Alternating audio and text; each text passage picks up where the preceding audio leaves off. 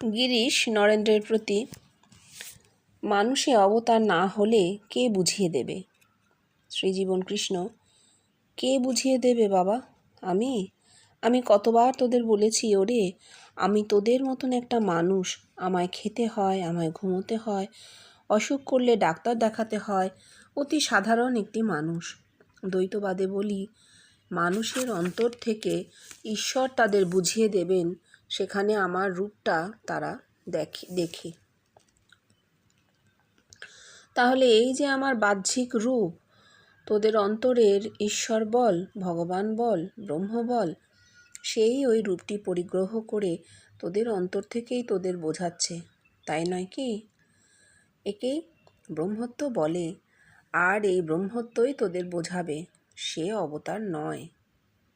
হ্যাঁ, আমরা তো দেখছি পৃথিবীর ইতিহাসের দিকে তাকিয়ে কত কত অবতার, কত কত বোঝানোর চেষ্টা হয়নি তো। একমাত্র ভারতবর্ষের দিকে তাকিয়ে আমরা দেখছি অবতারের যে ইতিহাস, সেটা খুব পুরনো নয়, তাই না? খুব পুরনো নয়। ভারতবর্ষের ইতিহাসে অবতারত্ব খুব পুরনো ধারণা নয়। অবতারত্ব বরঞ্চ ওই মধ্যপ্রাচ্য থেকে শুরু হয়েছে। ওদিকে খ্রিস্টান ওয়ার্ল্ডে খুব একটা ছড়ায়নি, তার আগে ওদের সব পেগান রিলিজিয়ন গুলো ছিল বিভিন্ন জায়গায়। আর গ্রিস বলো, রোম বলো, এইসব জায়গায় অবতার বলে ওরা ঠিক সেইভাবে বলেনি, কিন্তু খানিকটা খানিকটা ছিল। যেমন পুরোহিতের মধ্যে দেবতার ভর হতো, এইসব বলতো। বা সক্রেটিসকে পরবর্তীকালে বলা হয়েছে যে তার মধ্যে একটা শক্তি স্ফুরণ, কিন্তু অবতারত্ব বলা হয়নি। অবতার বলতে যা বোঝায় তা কিন্তু আমরা সত্যি সত্যি বলতে ওই যিশু থেকেই পাচ্ছি ঠিকঠাক। মোজেসকে বলা হয় বটে প্রফেট অমুক তসু, কিন্তু তার কোনো সেই রকম জিনিস, সেই রকম স্পষ্ট কথা আমরা পাইনি। তাহলে অবতারত্ব ঠিকঠাক 2000 বছরের পুরনো, ঠিকঠাক অবতারত্ব 2000 বছরের পুরনো। বুদ্ধকে তো অবতার বলবো না। এরপরে আমাদের ভারতবর্ষের ইতিহাসে ওই শঙ্কর বিচারাত্মক অবতার, তারপর ছোট ছোট নানক, কবির, এইসব হতে হতে চৈতন্য দেবের মধ্যে ভালো রকমের স্ফুরণ হলো। সাকারে কৃষ্ণ অবতরণ দেখলেন তিনি, এবং ঠাকুরের একদম পূর্ণ অবতার, ঠাকুর পূর্ণ অবতার। মানে 2000 বছরের মধ্যে কিন্তু কমপ্লিট হয়ে গেল। তুমি দেখো সারা পৃথিবী জুড়ে অবতারত্ব 2000 বছরের মধ্যে কমপ্লিট হয়ে গেল, ভারতবর্ষে 1000 বছরের মধ্যে কমপ্লিট হয়ে গেল। এই যে দ্বৈতবাদ, যেটা পৃথিবীতে বহুত্ববাদ ছিল, কিন্তু এগুলো কেউ বলবে না, কিন্তু বহুত্ববাদ ছিল পৃথিবীতে, দ্বৈতবাদও নয়। বহুত্ববাদ কি? আমরা 33 কোটি দেবদেবী পুজো করি, এখনো করি, সারা পৃথিবীর মানুষ করে। কেন? মাথায় ওই সংস্কারটা আছে। এবার সংস্কারকে তো ওইভাবে উচ্ছেদ করা যায় না, যার জন্য এই ইসলাম যখন এলো, এই সংস্কারের বিরুদ্ধে মোহাম্মদ সব তুলে দিল। এত কোটি কোটি দেবদেবী চাই না, সবাই মারামারি করছে নিজেদের মধ্যে, এসো আমরা সংঘবদ্ধ হই বলে তুলে দিতে চাইলেন। তো ওইভাবে সংস্কার তোলা যায় না বলে ইসলাম এখনো একটা প্রচন্ড উগ্র ধর্ম হয়ে আছে, প্রচন্ড উগ্র ধর্ম হয়ে আছে। মানুষের ভেতরে যদি চেতনা না জাগে, তাহলে কেউ কিচ্ছু করতে পারে না। অবতারত্ব শেষ হয়ে গেল ঠাকুরের মধ্যে, পূর্ণ অবতারত্ব। তারপর আমরা কি দেখছি, যে ঠাকুর যে বলছেন মানুষের অবতার না হলে কে বুঝিয়ে দেবে, এই কথাটার একটা ইঙ্গিত হচ্ছে ঠাকুরকে কে বোঝাবে? ঠাকুর বুঝেছেন, ঠাকুর নিজের অবতারত্ব নিজে বুঝেছেন। তিনি মানুষ, তার মধ্যে অবতরণ হয়েছে, তিনি দেখেছেন সেটা, তাই তিনি বুঝেছেন অবতারত্ব কাকে বলে। এতকাল মানুষ জানতেই পারেনি অবতারত্ব কাকে বলে, ঠাকুর নিজে দেখে নিজে বুঝলেন অবতারত্ব কাকে বলে, আর কাউকে বলেননি। কেননা সামনে বসা অতগুলো লোক কেউ অবতার হবে না, মানুষের অবতারত্ব আর কারোর হবে না, বেশটি অবতার, বেশটি একটি দেহে হবে, তাই তিনি বুঝেছেন। হ্যাঁ, এইবার সেটা যেহেতু বিবেকানন্দ কেটেছেন যে অন্তর্যামী রূপে তিনি বুঝিয়ে দেবেন, সেইখান থেকে জীবন কৃষ্ণ এই কথাটা বলছেন যে কে বুঝিয়ে দেবে বাবা, তোরা তো আমার ভেতরে দেখছিস, দেখে এসে বলছিস। এটা আর অবতারত্বর ওপরে, এটা ব্রহ্মত্ব, এটা ব্রহ্মত্ব। মানুষে তার মধ্যে তার রূপটা ফুটে উঠছে, এটা তো আর অবতারত্ব নয়। এটা যদি সবাই বলে এই তো সবাই দেখছে এরা সব অবতার, না না, এটা ব্রহ্মত্ব, এটা মাথায় ফুটছে, দেহে অবতরণ হচ্ছে না, তাই না? দেহের সঙ্গে কোনো সম্পর্ক নেই, এটা মাথায় চৈতন্য রূপ ধারণ করে ফুটে উঠছে। খুবই সুন্দর। হুম। হ্যাঁ,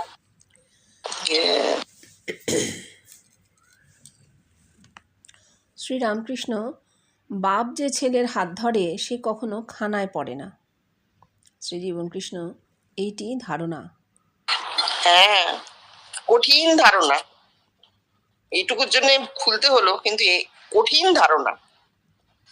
আমার হাত যে ঈশ্বর ধরে আছেন, এই বিশ্বাস, এই বিশ্বাস কি প্রত্যয়, দৃঢ় প্রত্যয় কি করে হবে বলো? সর্বসময় আমার অহংটা জেগে আছে, আমার অজ্ঞাত সারে, অহংকার বলছি না, অহংটা জেগে আছে, অহংবোধ, যে আমাকে এই সময় ঘুম থেকে উঠে পড়তে হবে। আমার যদি স্থির প্রত্যয় থাকতো তাহলে কি হতো? আমি নিশ্চিন্তে ঘুমোতাম, নিঃশঙ্ক ঘুমোতাম। ভোর হবে, আমার ঘুম ভাঙবেই, ঘুম ভাঙিয়ে দেবে ঈশ্বর, ঘুম ভাঙিয়ে দেবেন। এই নিশ্চিন্ত স্থির প্রত্যয় আমার থাকতো, তা নয়। আমার অহংবোধ আমাকে অত্যন্ত ভয় দেখিয়ে ঘুম পাড়াচ্ছে, যে ভাই তুমি কিন্তু ভোরবেলা উঠো। হ্যাঁ, ঘুম থেকে উঠে আমাকে পরপর পরপর আমার মাথার মধ্যে ভাবনা চলছে যে এই কাজটার পর ওইটা, ওইটার পর ওইটা করতে হবে। যদি প্রত্যয় থাকতো, যদি ঈশ্বর আমার হাত ধরেছে, ঈশ্বর জানেন, আমি কি জানি, এটা যদি আমার মনে হতো, তাহলে কাজগুলো স্পন্টেনিয়াসলি আমার দ্বারাই হতো, এই শরীরটা দিয়েই হতো। কিন্তু সেখানে ওই প্ল্যানিংটা থাকতো না। আমরা কি প্ল্যানিং করি না? আমরা সারাক্ষণ প্ল্যান করছি, অজ্ঞাত সারে প্ল্যানিং মাথায় চলছে। এই অজ্ঞাত সারে প্ল্যানিং চলা, এইটে বন্ধ হয়ে যায় যদি মাথায় ধারণা হয়। সেটা তো স্বতঃস্ফূর্ত ভাবে হবে, যা করবার ঈশ্বর করবেন, আমি আর কি করব। এই অবস্থাটা কখন হয়? যখন মাথায় সেটা অজ্ঞাত সারে ক্রিয়া করে। জোর করে এই ধারণা আনা যায় না। জোর করে মাথায় ধারণা, ধারণা মানে ধারণ করা, মাথায় ধারণ হবে, এটা আপনা থেকে হবে, এই জোর করে হয় না, অভ্যেস করে হবে না। শ্রীরামকৃষ্ণ, সাপ আর সাধু ঘর করে না। শ্রীজীবন কৃষ্ণ, আমারও ঘর নেই। আজ বুঝলাম নিজের ঘর থাকলে পরের ঘরে ঢোকা যায় না। পরের ঘরে মানে পরের দেহে এই ব্যবহারিক ও আত্মিক দুইয়েতেই নেই। হ্যাঁ, ঘর নেই, দেহাতীত অবস্থা, বিদেহ অবস্থা হয়েছেন বলেই অত লোকে তাকে দেখেছে, তাই না? আর ওই বিদেহ অবস্থার জন্যই অত মানুষ তাকে দেখেছে। দেহাতীত হয়ে গিয়েছিলেন। চৈতন্য ঘর ছেড়ে জগৎ ব্যাপ্ত হয়ে গেছে, এটাই পরের ঘর, জগৎ।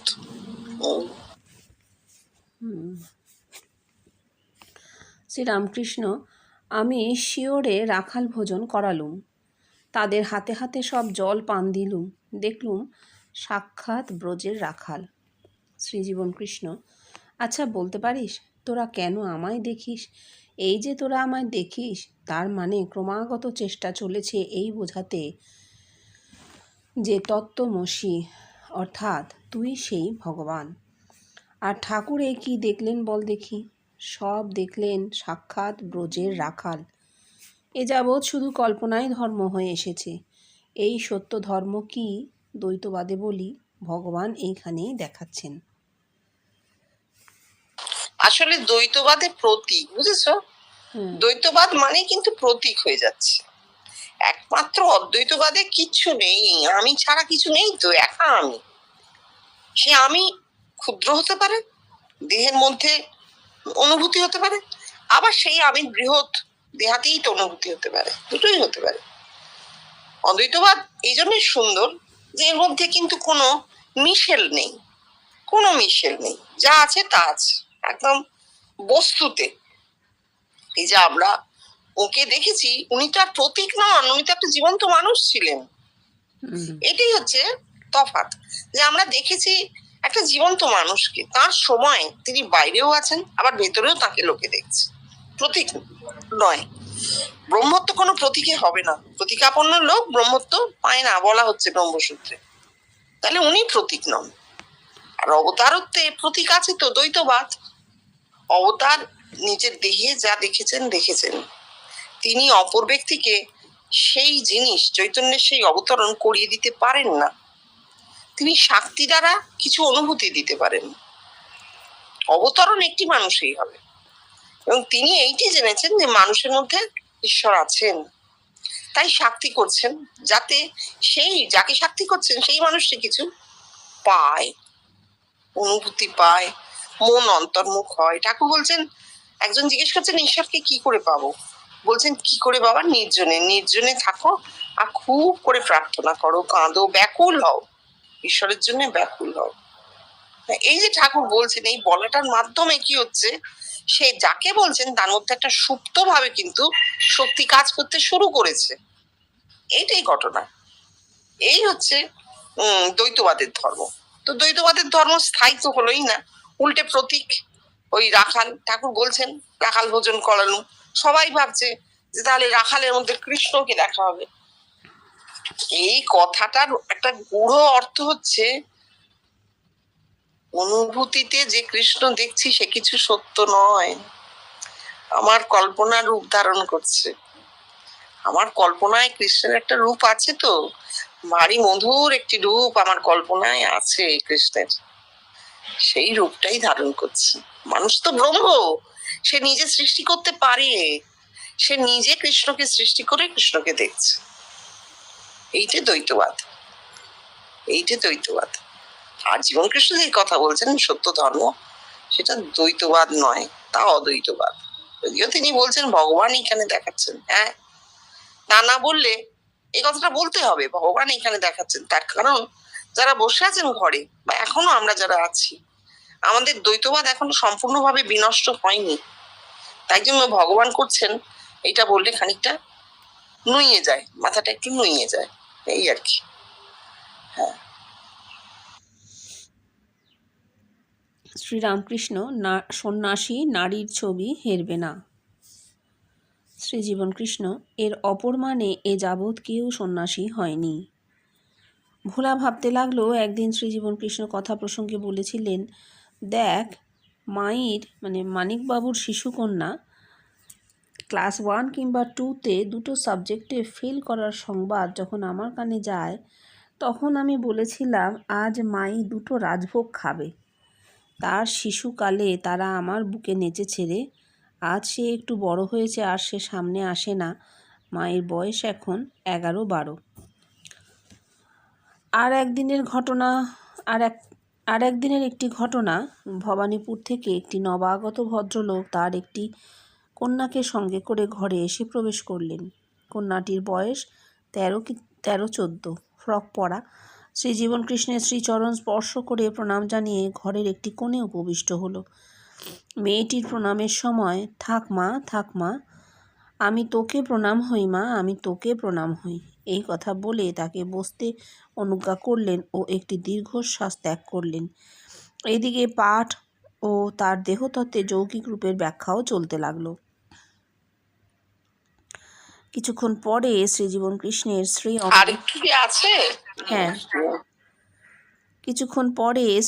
কৃষ্ণের শ্রী অঙ্গের পরিবর্তিত অবস্থা পরিলক্ষিত হতে লাগলো। তার দেহ ঘামতে লাগলো ও অস্থিরতা বাড়তে লাগলো। শেষে ভদ্রলোকটিকে উদ্দেশ্য করে করুণা মাখা স্বরে বললেন, বাবা, তুমি আজ মাটিকে নিয়ে এসো। আবার যেদিন আসবে তুমি একা এসো, এখানে মায়েরা কেউ আসে না বাবা। ভদ্রলোকটি বললেন, আপনার এত কষ্ট হবে জানলে আমি কখনোই আমার মেয়েকে সঙ্গে আনতাম না। আমার অজ্ঞাত অপরাধ ক্ষমা করবেন। ভদ্রলোকটি প্রণাম করে চলে যাবার কিছুক্ষণ পর তিনি স্বাভাবিক অবস্থায় ফিরে এলেন। পাঠ চলতে লাগলো। কিছুক্ষণ পরে বললেন, দেখ, ওই ভদ্রলোকের সঙ্গে ওই ছোট্ট মাটি এসেছিল। ভাবলাম, আহা, এসেই যখন পড়েছে শুনুক কিছুটা ঠাকুরের কথা। কিন্তু বাবা, আমার মন চাইলেও দেহ নিল না। দরদর করে ঘাম হতে লাগলো আর ভেতরে একটা আনচানানি ভাব হতে লাগলো। এ তো শুধু তার মুখের কথা নয়, তার এই দৈহিক, বাহ্যিক ও আভ্যন্তরীণ বহিঃপ্রকাশ সকলে এই মাত্র প্রত্যক্ষ করলেন। মানুষের প্রতি তাঁর এত করুণা, এত ভালোবাসা, এত প্রেম, কিন্তু দুটি বিষয়ে তাঁর প্রত্যাহার ও অপরিগ্রহ। দেহে সদা ক্রিয়াশীল, একটি নারীর সান্নিধ্য, অপরটি দান গ্রহণ। আশ্চর্যভাবে গড়া তাঁর দেহটি। ভোলাদা লিখেছেন দুটো ঘটনা। আমরা তার জীবন 17 বছরের যে জীবনযাত্রা, তাতে দেখেওছি তার ঘরে কোনো মেয়ে ঢুকতে পারতো না, কোনো নারী প্রবেশ নিষিদ্ধ ছিল। বাইরে থেকে, রাস্তা থেকে জোরে জোরে হেঁটে তারা দেখে চলে যেত, মিলিয়ে নিত।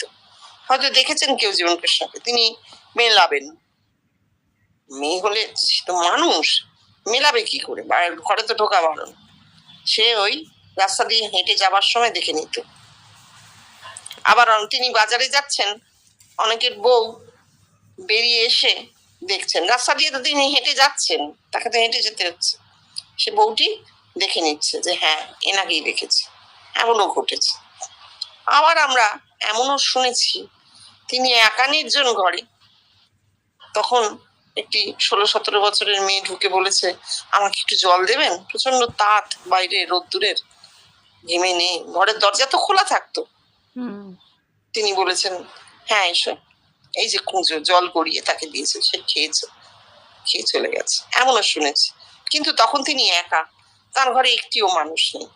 ওইটুকুর জন্য সে ঢুকেছে, জল খেয়েছে, চলে গেছে। এবার আমাদের জানা নেই সেই সময় তার শরীরে কষ্ট হয়েছিল কিনা, হয়তো আনচান করেছে, হয়তো কষ্ট হয়েছে, তবু তিনি ওইটুকু কিন্তু করেছেন। কোথাও আমরা তাকে দেখিনি যে তিনি খুব নির্দয় হয়ে গেছেন, না, এমন হয়নি। পুরী গেছেন, পুরীতে বড়দা এবং বৌদির অনেক বয়স। বউ যখন পুরী গেছেন, বড়দার চেয়ে বৌদি আরো অনেক বড়, বৃদ্ধ মহিলা। হ্যাঁ, তিনি কিন্তু রয়েছেন, কিন্তু নারী তো রয়েছেন। আমরা দেখছি জীবনকৃষ্ণ তিনি যে আছেন, তার সেই মানে অস্তিত্ব সম্পর্কে একেবারে তার কোনো ধারণাই নেই, তিনি দেখতেই পাচ্ছেন না। বৌদির সামনেই আছেন, কিন্তু তিনি বৌদিকে দেখতে পাচ্ছেন না। এ ঘটনাও দেখছেন, চোখে জাল পড়ে গেছে, দেখতে পাচ্ছি না। যখন বড়দা জিজ্ঞেস করছেন কেমন দেখতে বলুন, বলতে পারছেন না। তখন অনেক পরে 62-63 সালের কথা। কিন্তু এইখানে যে কথাগুলো ভোলাদা লিখলেন, এগুলো আরো আগের কথা। এবং সত্যি তার ঘরে কোনো মেয়ে প্রবেশ করতে পারতো না, আর তিনিও নারীর সান্নিধ্য নিতে পারতেন না। অথচ হসপিটালে আমরা দেখছি যখন একদম শেষে, তখন তিনি বলছেন যে এখন মেয়েরা আমার কাছে আসতে পারে, আমার কোনো অসুবিধে নেই, আর কোনো অসুবিধা, আর কোনো ভাগ নেই বাবা, তারাও তো ব্রহ্ম, তারা আসতে পারে। এবং সেই নার্স আসছে, কথা বলছে, আদ্যাস্তোত্র পাঠ করে শোনাচ্ছে, তিনি জোর হাত করে দাঁড়িয়ে আছেন, দরদর করে চোখ দিয়ে জল পড়ছে। মা মা মন্দির করে দিলি, হাসপাতালটা তুই মন্দির করে দিলি বলে বলছে। তারা বলছে আপনি সুস্থ হয়ে গেলে আমরা কিন্তু যাবো। বলছে না বাবা, ওখানে নিষেধ আছে। কেন? ওখানে কিসের নিষেধ? কেন নিষেধ?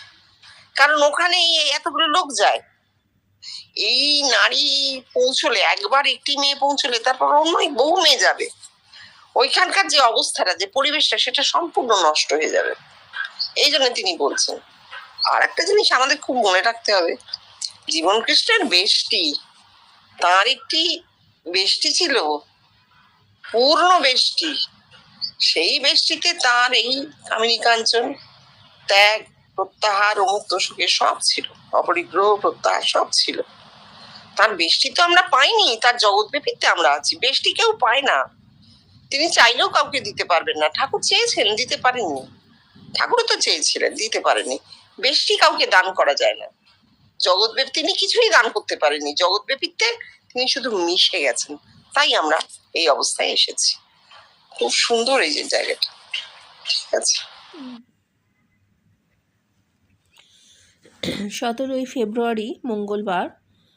স্বয়ম্ভু লিঙ্গ কি?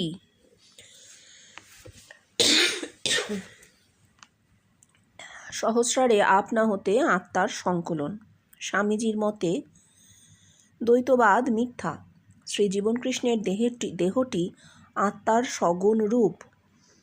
শ্রীজীবনকৃষ্ণ দর্শনে শ্রীজীবনকৃষ্ণের সত্তা লাভ ভ্রূণাকারে। স্বপ্নেশ্বর নাথ। শ্রীরামকৃষ্ণ, এই শিব যে পাতাল ফোড়া শিব, স্বয়ম্ভু লিঙ্গ। শ্রীজীবনকৃষ্ণ, দেখ, ঠাকুর এখানে এই কথা বললেন, আবার অপর জায়গায় বলছেন আমাকে কঠোর সাধন করতে হয়েছে, নিত্যসিদ্ধের সাধন করতে হয় না। যদি তাকে কঠোর সাধন করতেই হলো, তাহলে তিনি স্বয়ম্ভুলিঙ্গ কীরকমে? স্বয়ম্ভুলিঙ্গ মানে সহস্রারে আপনা হতে আত্মার প্রকাশ। আর আমি তোদের বরাবর কি বলে এসেছি, বাবা ভগবানকে যে দেখা যায় তাই আমি জানতাম না, তা সাধন করব আর ভগবানের জন্য কাঁদবই বা কি? অর্থাৎ ঠাকুরের একটা ওই বেষ্টিতেই পূর্ণত্ব, তো সামনের মানুষদের কিছু হচ্ছে না সেইভাবে উনি দেখতে পাচ্ছেন, তার মতন তো হচ্ছেই না, তাই জন্য তিনি এই কথাগুলো বলেছেন। কিন্তু জীবন কৃষ্ণের তো তা নয়। জীবন কৃষ্ণ দেখছেন তো যে তাকে ছাপিয়ে একটা শিবত্ব যেখানে, সেখানে তাকে ছাপিয়ে জিনিসটা করছে, তার বেষ্টিকে ছাপিয়ে যা ঘটবার করছে। সুতরাং এই স্বয়ংভূলিঙ্গ সহস্রে আপনা হতে আত্মার সাধন, আত্মার সাধন ঠাকুরের সূত্রপাত হয়েছিল বটে, কিন্তু সেটা পূর্ণভাবে প্রকাশিত হচ্ছিল না। সেটা জীবন কৃষ্ণের মধ্যে পূর্ণভাবে প্রকাশিত হলো বলে আত্মার সাধন আমরা জানতে পারছি। তার আগে আত্মার সাধন একটা কথার কথা হয়েছিল, দেহের সাধনই চলছিল। দেহের সাধন একটি দেহেই হয়েছে, হবে, তাই হয়, আর হবে না, কমপ্লিট হয়ে গেছে, কারণ ইভলিউশনে ওটা শেষ। এবার ইভলিউশনে আত্মার সাধন চলছে। আত্মার সাধনের তো কোনো শেষ নেই, অনন্ত, এখন চলছে। আমরা প্রত্যেকটা পর্যায়ে দেখতে পাচ্ছি। জীবন কৃষ্ণের পর্যায়ে জিনিসটা এইভাবে হয়েছিল, এবার আমরা দেখতে পাচ্ছি কি হচ্ছে ধীরে ধীরে। পড়ো। শ্রীরামকৃষ্ণ শ্যাম বসুর প্রতি সংসারে নষ্ট মেয়ের মতো থাকবে, মন উপপতির দিকে, কিন্তু সংসারে সব কাজ করে। শ্রীজীবনকৃষ্ণ এর মানে কি জানিস? জগতে এই যাবৎ যাদেরই দ্বৈতবাদের ধর্ম, তাদের দেহগুলো সব নষ্ট। তাই স্বামীজি বলছেন, is not the dualistic method based on falsehood. কিন্তু স্বামীজি শুধু বলেই গেলেন, প্রমাণ কোথায়? আর আজ সেই প্রমাণ আমাকে অন্তরে দেখে জগতে নরনারী দিচ্ছে বহুত্বের মাঝে একত্ব তথা ব্রহ্মত্ব।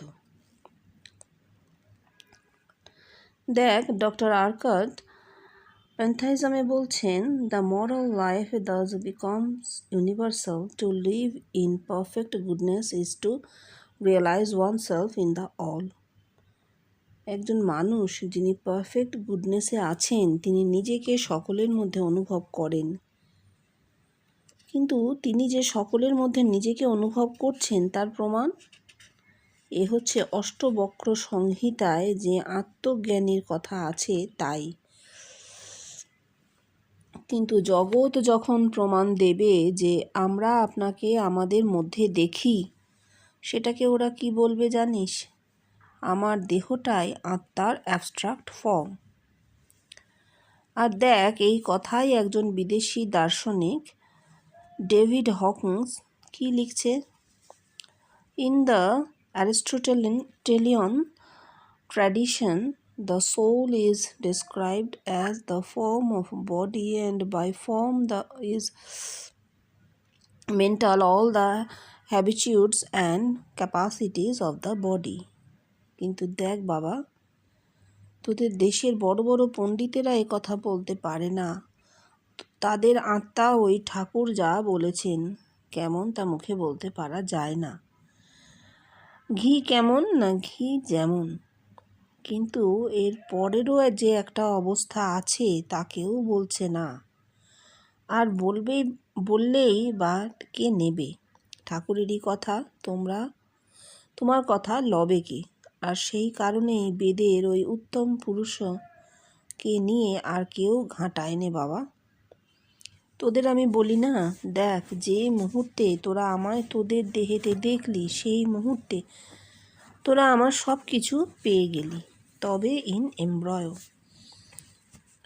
তার বিকাশ এখন যেমন যেমন হয়। গীতাকার বলছে, স্বযোগীময়ী বর্ততে। আর আমি দেখছি আমার আত্মিক চৈতন্যের লীলা কি, তার কৃপা কি। নে পড়। এই আত্মিক চৈতন্য কথাটা উনি বলে দিলেন বলে এই আমাকে দেখে আমি এমব্রায়ো হিসেবে ঢুকছি, তারপর তার প্রকাশ, এই জায়গাটা সুন্দর পরিষ্কার হয়ে গেল। এখানে আমি যারা হঠাৎ শুনবেন তারা ভাববেন বাবা কি অহংকার, আমি করছেন। না, আমার আত্মিক চৈতন্য তো এক, সবার আত্মিক চৈতন্য ওই রূপটা ধারণ করছে। এখানে প্রথম থেকে বলি, ঠাকুর যখন নষ্টমের কথা বলছেন এবং জীবন কৃষ্ণ কি বলছেন সেটা শুনে, যে সব দেহগুলোই নষ্ট, যতই এটা তুমি প্রতীকে বলো না কেন, নষ্ট মেয়ে, সে উপপতির দিকে তার মন থাকে, সংসারের কাজ করে, ব্যবহারিক জীবনে যেটা ঘটে সেইটাকে ঠাকুর বলছেন আত্মিকে, উল্টোটা হবে আর কি। ঠিক আছে, আমরা বুঝতে পারছি যেটা একটা অত্যন্ত শুদ্ধ অবস্থার কথা ঠাকুর বলছেন, কিন্তু ব্যবহারিকে নষ্ট মেয়ে, তার মাথার সেল নষ্ট হয়েছে, তো সে কোথাও সত্যভ্রষ্ট হয়েছে, তাই নয় কি? সত্যভ্রষ্ট হলে সে সত্যে পৌঁছবে কি করে? একবার যদি কেউ ব্যবহারিকেও সত্যভ্রষ্ট হয়, তার মধ্যে সত্যের স্ফুরণ হবে কি করে? দেহ নষ্ট। এই দ্বৈতবাদের কথা ঠাকুর বলছেন, পতিও আছে উপপতিও আছে, সতী পতিতে পরিণত হয়, কিন্তু হচ্ছে না কেন? উপপতি আছে, মাঝে একটি রূপ আছে, দ্বৈতবাদ কি করে? অবস্ট্রাকশন তৈরি করে। তুমি অদ্বৈতের দিকে যাচ্ছ, তোমার মাঝখানে একটা অবস্ট্রাকশন হয়ে দাঁড়ায় দ্বৈতবাদ। আমরা কি করে জানতে পারছি এটা? ঠাকুর ধ্যানে সমাধি হবে, হচ্ছে না, কিছুতেই সপ্তম ভূমিতে মন যাচ্ছে না, যতবার মন হচ্ছে ততবার মায়ের সেই ভুবন মোহিনী রূপ এসে আলো করে দাঁড়াচ্ছে, ইষ্ট এসে দাঁড়াচ্ছে। এই ইষ্ট তো ঠাকুরের কল্পনা, মায়ের রূপ, অথচ জ্যান্ত এসে দাঁড়াচ্ছে। ঠাকুর সেই ইষ্টকে অতিক্রম করে, ষষ্ঠ ভূমি অতিক্রম করে সপ্তমে পৌঁছতে পারছেন না, তারপর একবারে মন উঠে গেল হুহু করে সপ্তমীতে, এটা ঠাকুরের সম্ভব। তাহলে ব্যাপারটা কি হলো? অদ্বৈত ভূমিতে যে তিনি যাবেন, তার আগে অবস্ট্রাকশন দ্বৈত ভূমিতে, ষষ্ঠ ভূমি দ্বৈত ভূমি, ঈশ্বর সাক্ষাৎকার দ্বৈত অনুভূতি, দ্বৈতবাদের অনুভূতি। তাহলে দ্বৈতবাদ আমাদের দেহে একটা অবস্ট্রাকশন তৈরি করেছে, যে নষ্ট মেয়ে, তার ব্রেন সেল নষ্ট হয়েছে, সে সত্যভ্রষ্ট হয়েছে। কেন? সত্যের পথে তার একটি কল্পনার রূপ ধারণ করে দাঁড়াচ্ছে, তার উপপত্তি রূপ ধারণ করে দাঁড়াচ্ছে। ঠিক আছে, পতি নয় কিন্তু উপপত্তি। খুব সুন্দর উনি বলেছেন যে ব্রহ্মত্বে এসব কিছু নেই, প্রমাণ সমেত একটি মানুষের রূপ ভেতরে ফুটে উঠছে। এরপর আর্কাট বা অষ্টাবক্র সংহিতা, তুমি যেটা বলেছো, এর কোনো ব্যাখ্যার দরকার নেই, উনি সুন্দর করে বলে দিয়েছেন। একদম শেষে বলছি যে একজন বিদেশি দার্শনিক ডেভিড হকিন্স কি লিখেছে, বলছে অ্যারিস্টটলের ট্র্যাডিশন অনুসারে সোল বা আত্মাকে একটি মানুষের রূপেই ডিসক্রাইব করা হয়েছে। একটা অদ্ভুত জিনিস উনি পেয়েছেন এবং বলছেন, আমাদের দেশের এত দর্শন, এত শাস্ত্র, কোথাও আত্মার রূপ কি সেটা বলা হয়নি। হিরণ্ময় পুরুষ, অমুক তসুক সব বলা হয়েছে, সেই পুরুষের রূপ কি কোথাও বলা হয়নি। উল্টে সহস্র শীর্ষ, সহস্র হস্ত, এসব করে একবারে একটা বিভৎস ব্যাপার। উনি বলছেন সে আবার কি রে বাবা, এ তো খুব বিদঘুটে ব্যাপার। একমাত্র এইখানে আমরা দেখছি যে একজন দার্শনিক পরিষ্কার বলে দিচ্ছেন যে গ্রিক দর্শন অনুসারে, অ্যারিস্টটলের দর্শন অনুসারে আত্মা একটি মানুষের রূপ, একটি মানুষের রূপই তার আত্মা। এটা কি অদ্ভুত না? তাদের কিভাবে তারা মাথায় ফেলেছিল? অ্যারিস্টটল কিভাবে বললেন আমরা বলতে পারি না। ঘি কেমন না ঘি যেমন ঠাকুর বলছেন, কেন ঠাকুর তো বলতে পারলেন না যে তুমি যদি ভেতরে একজন মানুষকে দেখো, সেইটাই তোমার রূপ, সেটাই তোমার আত্মার রূপ। এইটা আমরা জীবন কৃষ্ণের সময় এসে দেখলাম যে হ্যাঁ, আমরা একজন মানুষকে দেখতে পেয়েছি। তার সময় তাকে ঘিরে যারা ছিল, মানে তারা তো অনেকেই আগে থেকে না জেনে, না শুনে, তার কথা না দেখে, কিচ্ছু তার কথা না জেনে তার কাছে এসেছে, হঠাৎ স্বপ্নে দেখেছে, হঠাৎ দর্শন হয়েছে, হঠাৎ অনুভূতি হয়েছে, দেখে খুঁজতে খুঁজতে তার কাছে এসে পড়েছে। এমন অনেকের হয়েছে, তার কাছে না এসে আগে তাকে দেখেছে, তারপরে তাকে এসে মিলিয়েছে। সেখানে তো তিনি তার গোটা শরীরটা নিয়ে হাজির, রুণাকারে হলেও গোটা শরীরটা নিয়েই তো তাকে দেখা হয়েছে। চলছেন, ফিরছেন, কথা বলছেন, বসে আছেন, সমাধিস্থ হচ্ছেন, এইরকমই তো মানুষ দেখেছে ভেতরে, স্বপ্নে, অনুভূতিতে, তারপরে সে মিলিয়ে নিয়েছে। এই হচ্ছে এই জিনিসটার, এই ব্রহ্মত্বের একটা সৌন্দর্য, বিউটি। তা আত্মপ্রকাশ করে আপনা থেকে। যার হয় সে সঙ্গে সঙ্গে বুঝতে পারে একটা কি হলো, তাকে বুঝিয়ে দিতে হয় না, সে নিজে বুঝে।